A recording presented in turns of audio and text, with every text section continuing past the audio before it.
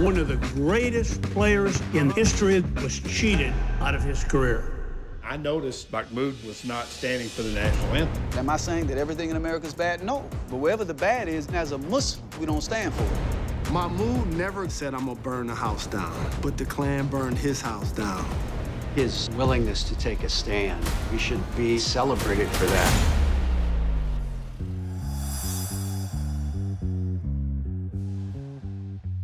What up, everyone? Matt Barnes here.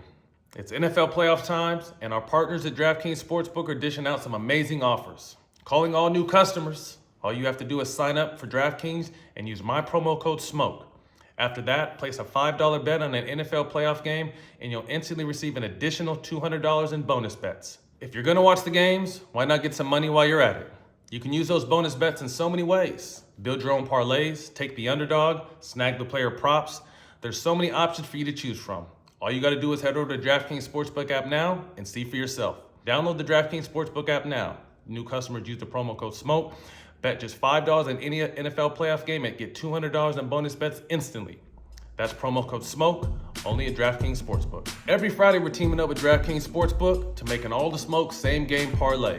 Head on over to the DraftKings Sportsbook app now to see who we picked. And if you like them, why don't you ride along with us? I feel like it's gonna be a big 2023 coming for all the smoke same game parlays. Don't miss it. Welcome to What's Burnin'. I'm here with Paul Pierce, Matt Barnes. Matt, you are fresh off a plane from Atlanta doing a little ATS action. Yeah. You guys got Charles Barkley after, I think, chasing him for years, right? Yeah, I mean, big show, big trip to Atlanta.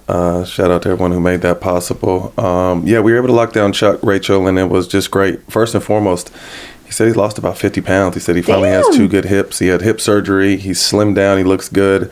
But you know Charles, I mean, he's one of the voices of basketball, and to be able to just sit down and talk to him about current media, what he has going on, his future plans in media, and just kind of going back over his career, man, we had a great time. Didn't take that big check for the golf? No, he didn't, but he got a big check from Turner. So got a big check. He's going to be okay, is what you're telling me? He's going to don't have to worry about him? All right, I do want to talk about the Grizzlies because, guys, they're on a 10-game winning streak, tied with the Nuggets for number one in the West, number one defense in the NBA. Jaren Jackson Jr., front runner for Defensive Player of the Year. Really, their only big weakness, if you take a look, is free throw percentage. They are dead last in the entire league. They're shooting 71%. Paul, how concerned are you about that right now? And how concerned about that will you be if it's still that way come playoff time?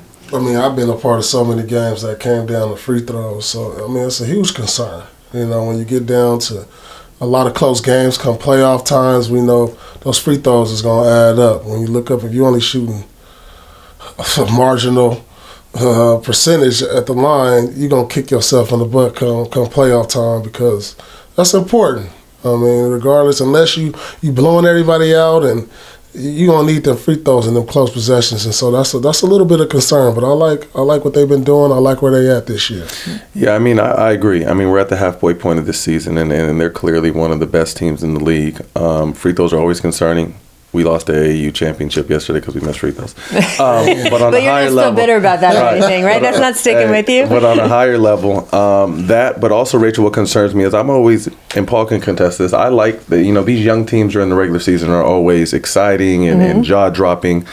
But when the big lights come on in the playoffs and it's every game, there's adjustments that have to be made. Can those same guys outside of Ja be stars in their role still? And my concern with this team is who is their consistent number two? I mean, Desmond Bane's had a career year. I think he's at about 21 points a game. Jaren Jackson's in the high teens, but are those guys consistently going to be there in the playoffs? Most teams that have won or are going to win at least have those two guys, sometimes have three or four guys that are able to get you 30 on any given night. So that's my one concern outside of, obviously the free throw woes is, do they have that consistent number two night in, night out? They can go out and get 20 to 25 when Ja's at 30. Well, I just feel like the West is so wide open that maybe you don't have to be as good this year coming in as you had some other years, right? You can be a little more inexperienced. Jaren Jackson Jr., by the way, a little rocky when he came back from injury, but he's playing so Playing well basketball. and is like legit defensive player of the year right now. And I don't want to pick on them with the free throw percentage, but it's funny. There's a stat website called 82 Games, and they recently looked at every game Memphis has played this year. They calculated if the Grizzlies went up from 71%, which is what they're shooting now, to just 78% at the line, not like crazy best ever numbers, just 78% at the line, that they would have gotten 5 more wins so far this season than they had, which again, they're tied with the Nuggets for first. It's not like that. I mean, they're not struggling, but they could have been well clear of Denver. But that's a big jump, though. 71 to 78 is a lot more many free throws. You know what I mean? And we know we've all been on teams where free throws shooting is important. And normally you are what you are with your free throw shooting. That's not necessarily going to change. Like they're halfway through the season, you know. So I don't see a miraculous let's turn around and get to 78 or 80. So they're going to have to find a way to win while being inefficient at the free throw line. Well, Matt, you're here, so we have to talk about the Kings. That is required. 4 in the West. Yeah. Coming into Wednesday, they're on a 4-game winning streak. Domantas Sabonis, Western Conference Player of the Week. He's averaging 19, 13, and 7. So we got the All-Star game coming up in a few weeks, and we're looking at the starters in the West. And look, Jokic, obviously a lock for the front court. LeBron, I think, is a lock for the front court. So you've got one more front court all-star starter. Yeah. Are you making the case? You think Sabonis should be that guy? Whether it be, I mean, his play has spoke for itself. But, it's a popularity thing. You know what I mean? And through the first round of return ballots through the fans, Sabonis nor Fox was even mentioned, which is crazy. But the fans are only 50%. Yeah, you're right. But like I said, the one spot open, obviously we know if AD was healthy, it would most likely be AD. And then if Zion was healthy, it would probably be Zion. And the fact that neither of those guys are really healthy and their status is up in the air, even if they do come back, I think that's where Sabonis, fits right in. I mean, I think the numbers speak for itself. Let me get on some numbers real quick because I had my guy Nate pull some numbers for me. So I don't want to cheat you. Where we go. So he's first in the league in rebound, first in rebounds per game, first in double-doubles. I think he has 21 or 22 consecutive double-doubles. That's ridiculous. Number two in offensive rating, number 3 in win shares, number 3 in triple-doubles, number 7 in assists, and number 9 in field goal percentage. So not only do I think he should fill that void of that third front court guy, but I also think he should be in the top 10 conversation of MVP, considering this team has gone on a 16-year drought with no playoffs. What he's been able to do night in, night out for that team. You're getting a little excited there, Matt. Has them sitting right there in the 4th position. So, I'm happy for them as players and really happy for the city that, they've been putting out a good product, and really shout out Mike Brown. Mike Brown has completely turned around the thinking and has created a foundation for this organization, which is fun to watch. Sacramento. Actually, everyone across the country, man, show the Kings some love. It's been a long time. They've been bad for a long time, but Mike Brown has put a great product out there, led by Sabonis and Fox. Both these guys are having great seasons. They've been bad for a while, but you go check their numbers out, sitting 4th in the West all by themselves. They need some love, man. Get these boys to the All-Star game, whether it's starting or coming off the bench. They need to be there. No, Zion is supposed to be back, and they're going to reevaluate him in like a week and a half, basically. AD is a little bit more open-ended. If those guys are back playing, Paul, would you risk playing in the All-Star game after coming off a recent injury, or would you say, thanks for the nod, but I'm good? I'm old school. If I'm playing in the game, I'm playing in the All-Star game. So everybody know how the All-Star game go. Guys take it a little 50% serious until the end of the game, and so. But it's a popularity contest. You want to be amongst your peers. You want to be amongst that group. You want to be in that locker room. I mean, them is fun times when you get that week break and you're in the locker room chopping it up and you see Zion sitting here, AD, LeBron, Luka, and they all in one room. You want to be there. You want to play and participate because on some level you want to show them like, look, I'm supposed to be here. I'm here. No, 100%. Well, we got the same question with KD in the East, right? If he comes back right before the All-Star game, does he play in it? We're just going to have to see, I guess. Well, I just think it's different. Like Paul said, it was a different time when, he was an All-Star. Now everything is obviously, precautionary, which we understand because for some reason guys are getting hurt so much more now these days. So, I mean, that's a great question, Rachel, particularly with AD and really all 3 guys we mentioned. AD is just has bad luck with injuries, random injuries. KD, we know the importance of him to that team. Brooklyn's success. Yeah. And then Zion, he's someone who, his career's been great when he's on the court, but he hasn't been on the court for a lot of time. So it's just it'll be an interesting if it comes down to it, if those guys play or not. Yeah, I mean, I'm with you, but then again, everyone used to be in the dunk contest, and everyone's now X'd out of that, so we'll see. Although they got some high flyers in this year's dunk contest. Yeah, that's young true. boys that could really jump. The G League guy too, right? Mac McClellan or whatever his name is? Yeah. But I like the Shaedon Sharp from Portland. Oh my God. Dude, he is out of hand. You guys, we got to talk about the Mavericks because Luka has been on one, obviously. But the team has lost 4 of their last 5. We know, speaking of All-Star, Jalen Brunson is out east there, and they've got to watch him likely become an All-Star. Mavs came into the season hoping for another deep run. What is your temperature check, Paul, for them? I'm not so sure on the Mavs. They've been probably the most inconsistent team I've seen in the Western Conference, because one week they look like world beaters, the next week they look like they can lose to anybody in the playoffs. I mean, we know Luka is going to be Luka. They got Christian Woods, who's their second best player, in my opinion, but it's just no consistency with the other guys around them. They've dealt with some injuries, of course, but they're asking Luka to carry so much of a load that if he has any type of average game, they have no chance at winning. They're just too dependent on him. And so I'm not skyrocket high confidence on the Mavericks doing any damage in the playoffs. I mean, I agree with Paul. I mean, I think Luka has to be superhuman every night. His usage rate is second in the league. Only Joel Embiid more. But also, I mean, obviously he's still young, but he had a long run to the Western Finals last year, a long summer. A couple years ago, a long summer where he won a championship this summer. And then, to me, I don't really think – I mean, I like Christian Wood a lot, but I don't think this team got better in the offseason. Mm-hmm. So, again, the ask of Luka night in, night out to be Superman, which he can do, but like Paul said, if he doesn't have that performance, that this team doesn't have a chance. So, I mean, there's guys like, Tim Hardaway Jr. and, again, Christian Wood and, some other pieces that can add. But my question with Memphis, like, who is that for sure, if Luka has an off night or if Luka still has his 40, who can give us 20 to 25 consistently every night? And I don't really think we can – say like he's the one. So unless they do something at the trade deadline, which I don't know if they're even actively looking to do, you never want to count Luka out, but I'm not betting the house on Luka. Yeah, I mean, a lot of their problems are injury related right now. They got a ton of guys injured, but that's the NBA. You got to prep for that. Their depth has been exposed, especially defensively. It's like a red carpet to the rim right now with those guys. I did talk to Mark Cuban and GM Nico Harrison recently at a game about what they were going to do at the deadline. And the question is, right, do you try to make some little tweaks now with what's available to like help through the rest of this run? Do you wait until the summer when more guys may be available to like really try to go all in and get Luka number 2, that kind of thing? And they said it kind of depends on who shakes out as available in each time. And right now, I mean, we're still enough far out that, not a lot of teams are playing their cards yet. But right now, it doesn't look like there's someone who's going to really be able to help them. Now Zach LaVine.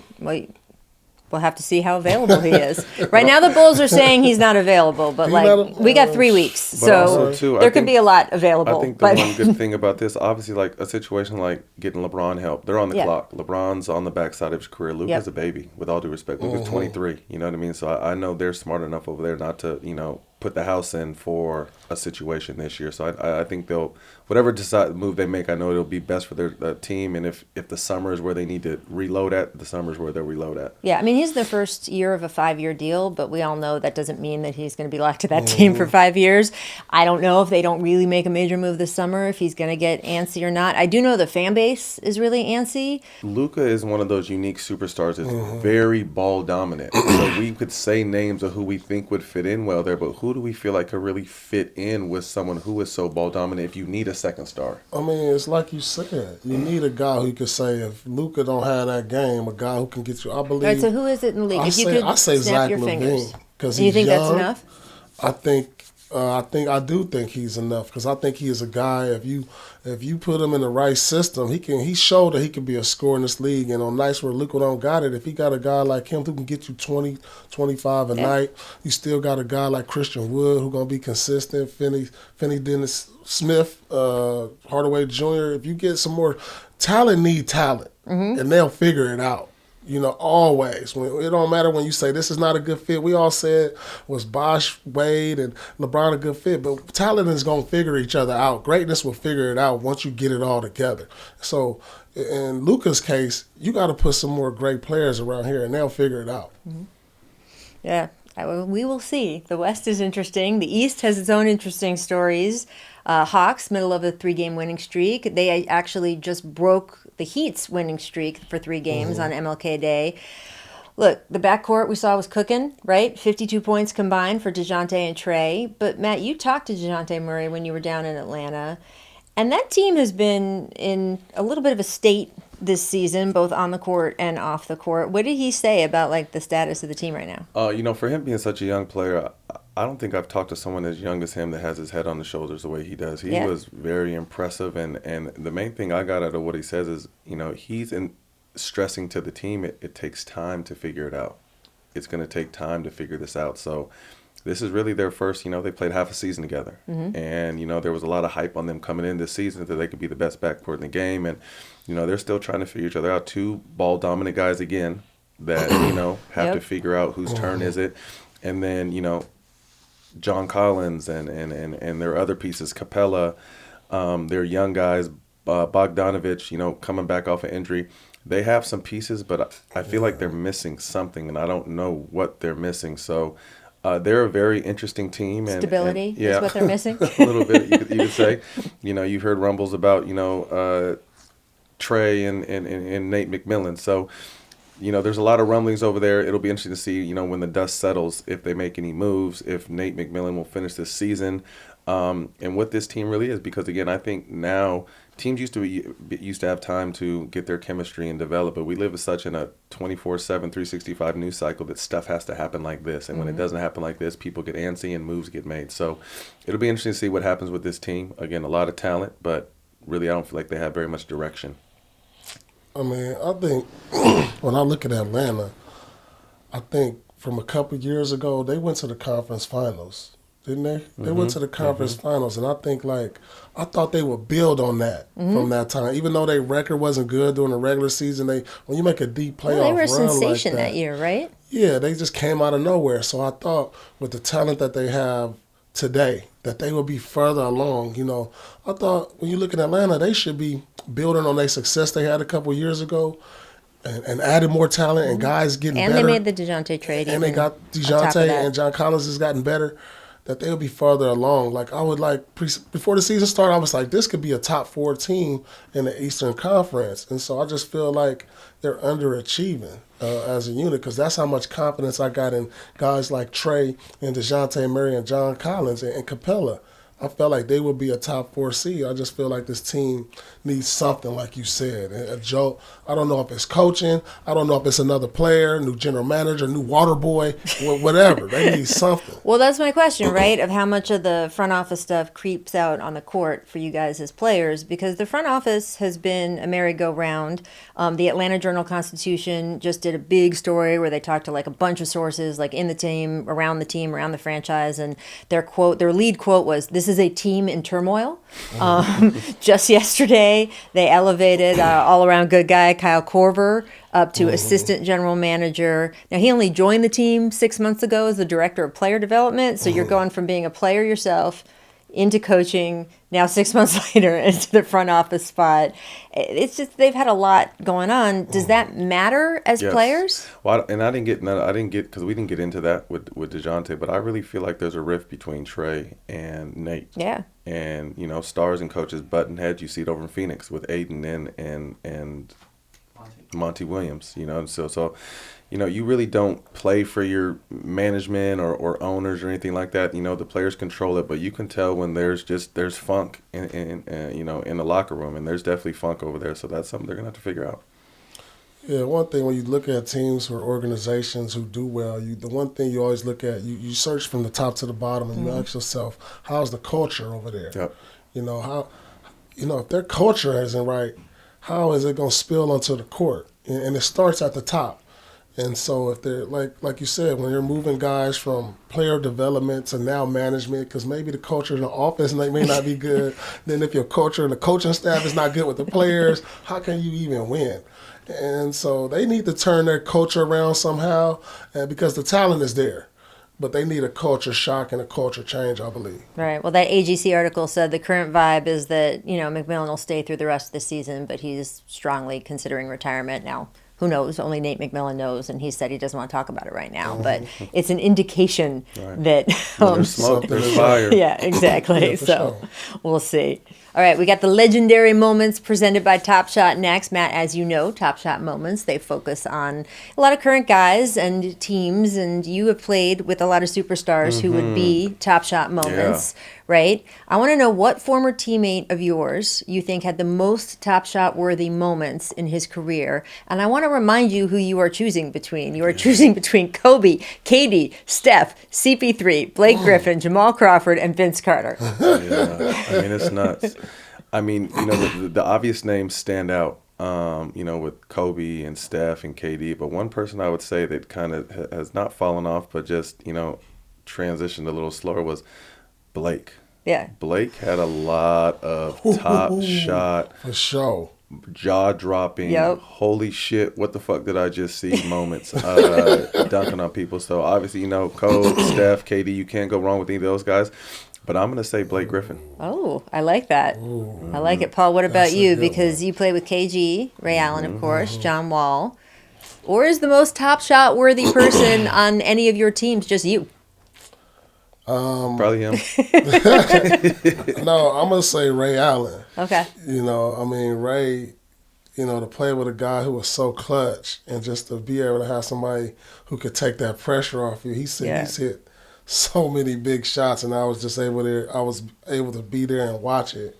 It was a joy to be a part of that and watch a lot of those moments. Well, you guys out there, you can start your NBA Top Shot collection today at NBATopShot.com. You can get closer than ever to the game and players you love. Sign up today. We got to get to On the Radar, presented by DraftKings, guys. And we have a very open Western Conference we were talking before. So if you take a look, here's the DraftKings odds for who is coming out of the West. And we're a little past the halfway mark, as Matt said. So, Paul, who jumps out at you if you had to name a favorite right now? Who jumps out at you? Coming out of the West, a healthy Golden State.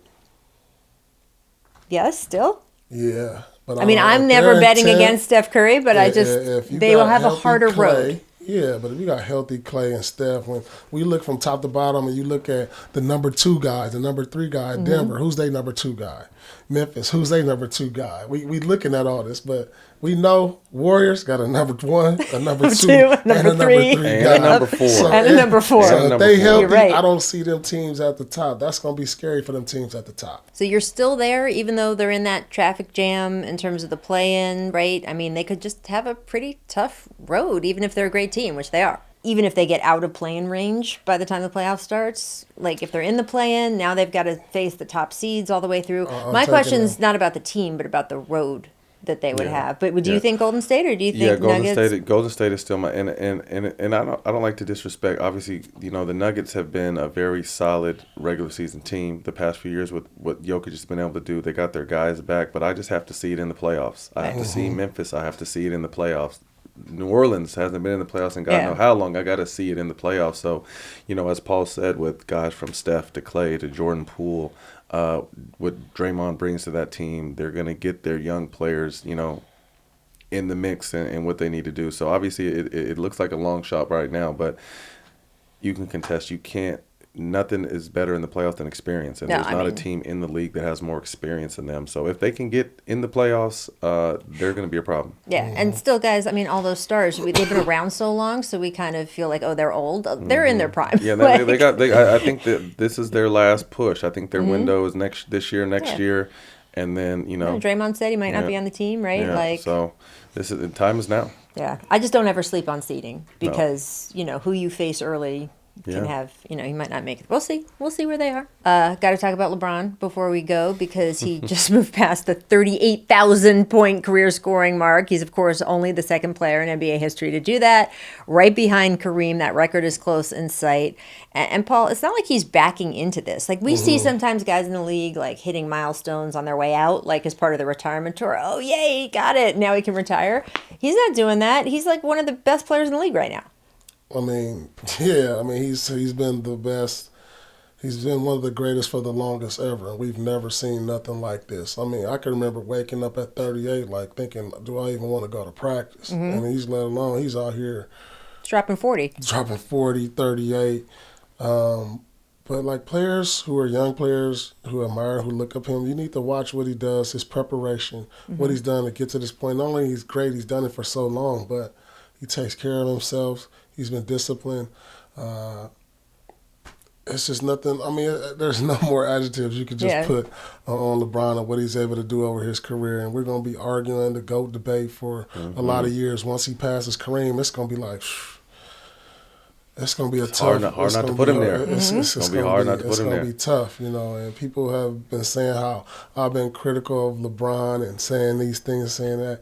And some of the things, rightfully so, some of the things is because of our battles. Yeah, because you're competitive. But I have the utmost respect for LeBron and what he's able to do for this league, what he's able to, the bar he's been able to set for the players coming up who's chasing GOAT status. It's just unbelievable what he's been able to accomplish. Well, Matt, I wanted to ask you this. Kareem has held that scoring record for 4 decades, basically, right? LeBron, we don't know how much time, once he gets it, he'll have at the top. And he actually said recently he thinks KD could push him out of that in a few years. I did some very basic math, which is at this point all I'm capable of. And KD would basically have to play until he was like 39, 40. He'd have to keep that scoring average up. He'd have to stay healthy. Like, do you buy it? I mean, KD's game will obviously translate for a long time. I mean, longevity is the longevity that we've been witnessing is crazy. KD could possibly do it. Luka could possibly do it. Well, Luka's, You know what I mean? Luka is definitely, they compared those guys' numbers to their first 320 games, and Luka's got an edge on him, I think, in every statistical category. Yep. So that'll be interesting. But, I mean, Rachel, Paul, we're talking about a pass-first guy. Yeah. We're talking about someone that's going to finish top 5 in assists all time and the number 1 leading scorer all time. Like Paul said, once he passes Kareem, it's going to be hard not to put him at 1. You know what I mean? So we'll have to see how that plays out. But as far as other guys having a chance, I mean, maybe there might be, 1 or 2 guys, but, to be able to sustain what they're doing consistently and be on the court and be able to play, that's a whole nother story. I think right now, with Michael Jordan still being so recent for a lot of people, and came back again with The Last Dance, but just anyone who like us who got to be on the court and see him like in his prime, I think you're always going to have that battle, right? Who's number 1? Who's number 1? What's going to happen in 20 years though, when most of the people around the game didn't see MJ play live and did see LeBron? Like, that's what's going to be interesting to me because, Kareem gets left out of that conversation all the time. But that's because it's been so long since people saw him on the court. And it will that time will come for Michael, too. So we will see. James Dolan sent a letter to a bunch of attorneys at 90 different firms because they are the different lawyers who are representing clients who are suing them. And what did this letter say? This letter said, you can no longer come to any MSG property or event, and that we will use facial recognition technology to keep you out. And they had a mom who was like leading a Girl Scout troop to see the Rockettes, who happens to be a lawyer. They kicked her out of the Rockettes with the Girl Scouts. So just in the last week, the lawyers got an injunction, and now it's going to get tied up in the courts. But, we had the Charles Oakley thing a couple years ago. How is this possible that James Dolan keeps doing this stuff? He's a clown. He's a clown. And, I think despite his clown face, the team has been able to play well. But, he's been an issue for a long time, probably one of the worst owners in sports, and he's petty. You know what I mean? And for him to That's so petty. For him to take it this route, it doesn't surprise me. To me, it makes me laugh more than anything. I feel bad for the little Girl Scout troop, but it doesn't surprise me. This is what petty, rich, bored people do. Nothing surprises me with James Dolan. I've been done talking about him, and the Knicks, no matter how good they are right now, I don't think they'll ever reach the next level until He gets out. the Knicks change ownership. I mean, look, I know a lot of people don't have sympathy for lawyers, but to basically say find the lawyers who have clients who are suing some part of MSG or And in it's litigation. not even them; it's their clients. Right, it's not yeah, them. crazy. They're just doing their job. Doing their job, right? And the claim was that, like, oh, they could, like, find out, inside information that could help in the case if they go to a Knicks game What are you or a hiding? Rangers game or What are to you see the hiding? Rockettes. Right. What are you hiding? Right? Yeah. I'm sorry. This is just, it's too far. It's just too far. What Charlamagne say? Donkey of the day. Donkey of the Of the day. year. Right. I don't know where we can go after that. So I got to say, What's Burnin' available every week on Showtime Basketball on YouTube. And Twitter, Instagram, and TikTok at Show Basketball. Find us.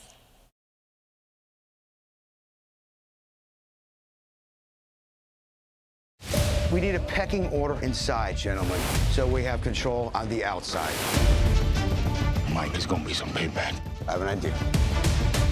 It's gonna sting, but it will work. I'm gonna trust you on this. The inmates are running the asylum, and you're giving up the key. This war is what I'm trying to stop.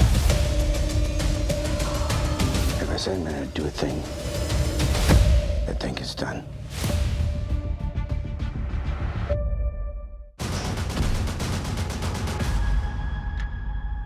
This is war, and we're up. We knew this day might come. Doesn't make it any easier. The North Koreans came pouring over the 38th parallel. Those boys are holding on by their fingernails. And they need what only we can give them. Ready, set, hit it! We're gonna give them hell. Devotion, rated PG-13, now streaming on Paramount+.